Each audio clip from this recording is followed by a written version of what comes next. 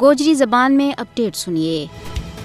بھارت کے زیر تسلط جموں کشمیر میں کسی نہ کسی بانے بھارتی حکام کی طرفوں حریت پسند عوام کی جائیداد ضبط کرنی ایک معمول بن گیا ہے۔ حال ہی میں بھارت کی خفیہ ایجنسی SIA نے 86 مقامات پر واقع 124 جائیداد ذمی اور مکان ضبط کر لیا ہے۔ بھارتی حکام نے جماعت اسلامی کی سینکڑوں جائیدادوں کی نشاندہی کی ہے جنہوں نے ضبط کی جائے گا۔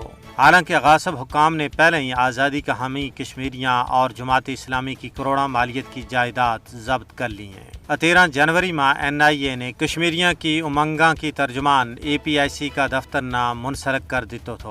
کشمیریوں کی جائیدادوں کی ضبطی ہندوستان کی منظم نو آبادیاتی مہم کو حصہ ہے، لیکن مودی حکومت نے یہ یاد رکھنا چاہیے کہ کشمیریوں کا جذبہ آزادی نہ جائیدادوں پر قبضہ نال دبایا نہیں جا سکتا۔ جیت ایک پاس ہے کشمیر میں آزادی پسندہ کو کافی حیات تنگ کیو ہوا ہے اور دوجہ پاس ہے بھارت میں علیحدگی پسندہ نہ قتل کیو جا رہا ہے۔ شورش زدہ بھارتی ریاست منی پور میں عوام کی بڑی تعداد بھارت تو علیحدگی کا مطالبہ پر ڈٹی ہوئی ہے، لیکن مودی پولیس پرامن علیحدگی پسندہ ور طاقت کو بہیمانہ استعمال کر رہی ہے۔ منی پور کا فسادات میں سینکڑوں لوگ ہلاک اور زخمی ہو چکے ہیں۔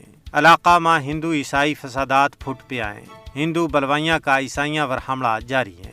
ہندو انتہا پسندہ اور ریاستی مشینری کی طرفوں عیسائیاں کی کوکی نیشنل آرگنائزیشن اور یونائٹڈ پیپلز فرنٹ کے خلاف کارروائی جاری ہیں۔ منی پور میں لوگ اپنی جانا تو ہاتھ دھو رہے ہیں، لیکن مودی ان فسادات نہ کیش کر کے اپنی سیاست چمکا رہے ہوئے ہے۔ عیسائی برادری نہ انہوں کا حقوق تو محروم کیے گئے ہے، انہاں پر ظلم جبر اور قہر سامانی کی جا رہی ہے، انہاں کی جان مال اور عزت و آبرو غیر محفوظ ہے۔ یہی وجہ ہے کہ عیسائی علیحدہ وطن کو مطالبہ کر رہے ہیں۔